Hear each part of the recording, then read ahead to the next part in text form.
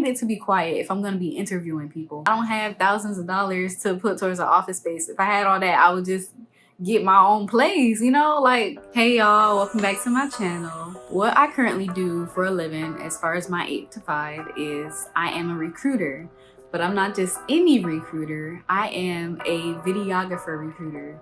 And a lot of people are like, what is that? Like, what does that do?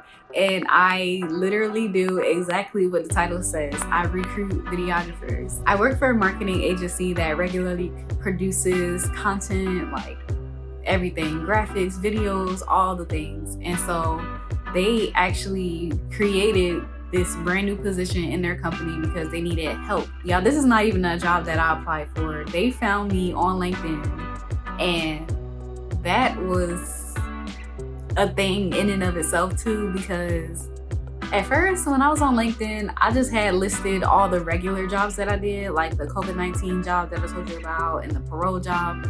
But it was only just recently, like in June, when I posted on there that I'm a business owner, I'm a videographer, I write, like I put all the creative stuff that I do on LinkedIn, and I put a link to a website that I just quickly put together on MailChimp for free.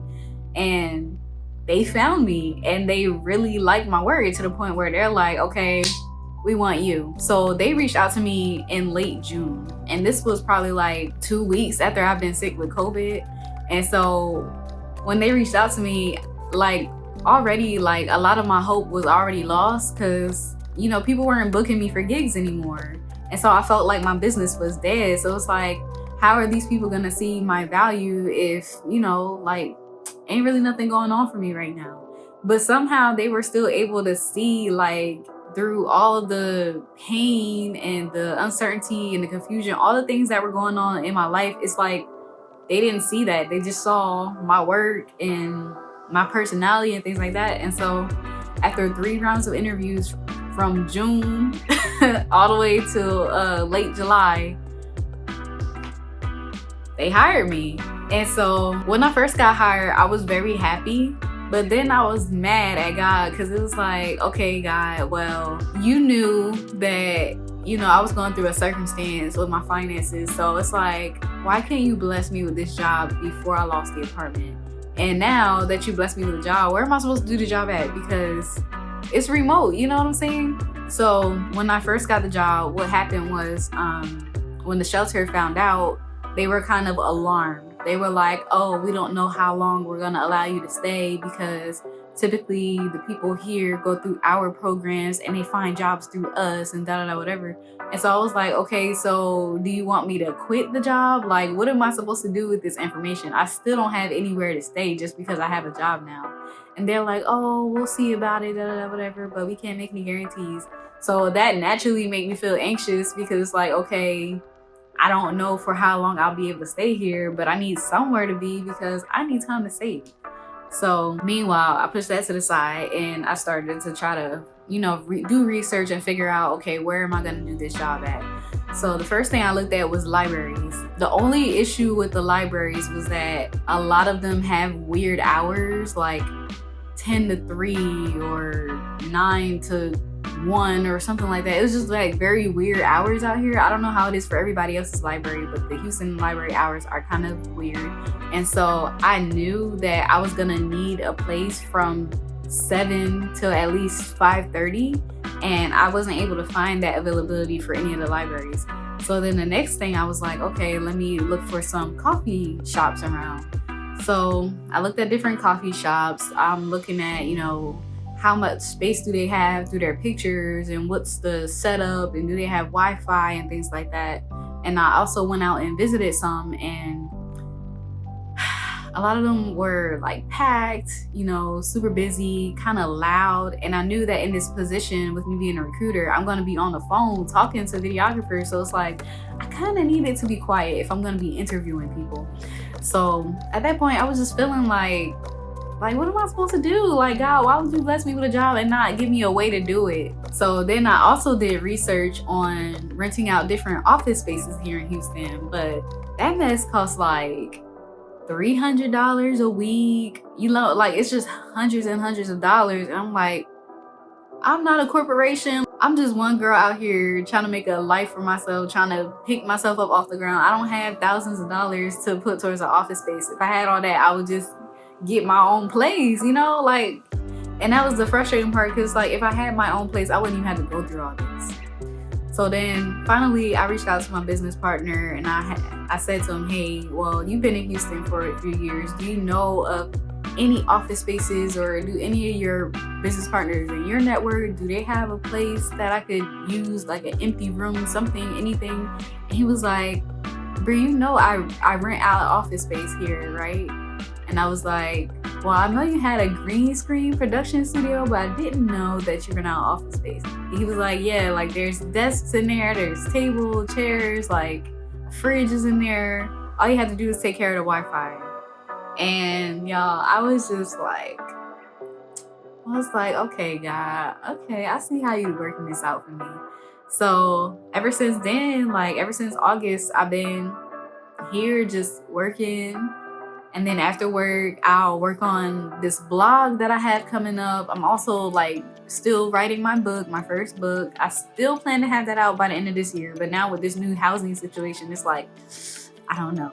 But yeah, after work, I'll just, do my research, do my writing, still continuing to create for myself while I just try to de-stress and not worry so much about the situation I'm going through. So now it comes down to, how long am I going to be doing this? Well, that's a question that I don't know the answer to. As far as my income is concerned, the shelter is requiring me to give them 50% of my gross income, not my net, my gross income, into a mandatory savings account that they set up for me. And that was the condition of them allowing me to stay in that shelter while I have a job. So I'm just like, okay, y'all, I'll do it. Like, and that takes a lot of money out of me. Like, this job don't pay that much, you know what I'm saying? And I still have other bills to pay. I still gotta pay my car note, car insurance, phone bill, all this other stuff. And so it's been putting a strain on me, to be honest, but it has also taught me how to budget a little bit better and to be more of a better steward with what little bit I have. Because it's like, if he can trust me with a little bit, then God can trust me with a lot. I've been saving quite a bit of money quickly, so that's one upside to it. So my initial plan was to try to get out of there by December, but now that I have gone to a home buyer's education class this last weekend, that's what the next video is going to be about. We're going to talk about what is the actual process of buying a home and how you can still be able to do it even despite having an eviction or repossession or bankruptcy on your record. We're gonna go over all that.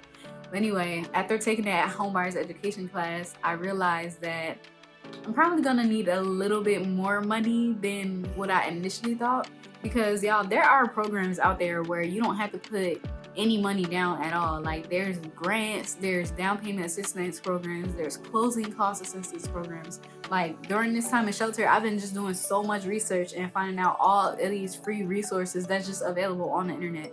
It's just a matter of being able to find the right people to put on your team to help you have access to these resources, because you can't get it on your own. Like, so essentially what I'm figuring out is I need to be able to search for lenders who work with those down payment assistance programs, and I also need to work with realtors who work with lower income first time home buyer people. So those are going to be the first two types of people that I get on my team during this property ownership journey that I'm on. We're gonna see. So maybe not December, but I'm thinking by March at the latest, because y'all, let me tell y'all a secret. Around my birthday earlier this year in April, I decided that I actually would like to go to Cairo, Egypt. And so I saw this agency that work with American, they put together like tours for Americans who want to travel to Africa and get that experience. And they just put together the whole tour guide, itinerary, breakfast, hotel, like they spill it out from the beginning to end, the whole trip. So I'm just like, oh my gosh, I really want to do this. Let me start saving my money. And then the trip was supposed to take place in September. Well, September is here. Obviously, I'm not able to go. But let me tell y'all something. A couple weeks ago, my church announced that they are planning a church to Cairo this upcoming April. So I'm like, God, now you already know that I was praying to be able to go to Egypt. And now the church is going to Egypt. I want to go too. You know what I'm saying? So I just feel like everything happens for a reason. Like, I just feel like God is not waving a carrot in front of my face just to tell me that I can't have it. Like, there has to be a reason why He has brought me this low and then is putting all these ideas for, you know, wealth and freedom in my head, you know, just to keep me going, to keep me hopeful, to keep me faithful. So we're gonna see about this trip. That's another thing that I'm saving for in addition to the house. So yeah, the trip is in April. It's like $5,000. I don't know how I'm gonna get it. I don't know how I'm gonna do it, y'all, but I said all this to say that I'm gonna try to get out of this shelter by March. Okay? I'm gonna try my best to get through the whole home buyer process and be moving into my new home by March of 2023. That's gonna be the goal. So that hopefully by April, I can go to Africa with my church and not have to worry about jumping through all these loopholes with the shelter, trying to get their permission to go overnight for a week and all this. Like, that don't even feel right to go on a vacation to Africa while I'm still homeless. Like, that just does not make sense to me at all. So we got to get out of the shelter. Like, fingers crossed, prayers up, out of the shelter by March.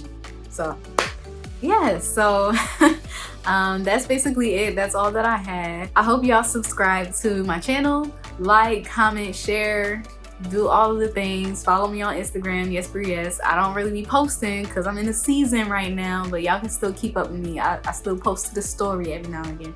So yeah, I'll see y'all in the next video. Peace out. You might let me down and I'm on the internet telling everybody what you're gonna do for me, but then you might not actually do it, so then it makes me look stupid because I'm embarrassed and, you know, all this stuff. You know, I've been connected to the source all this time, but now all of a sudden I'm like forgetting, you know, who God is and what He can do for me.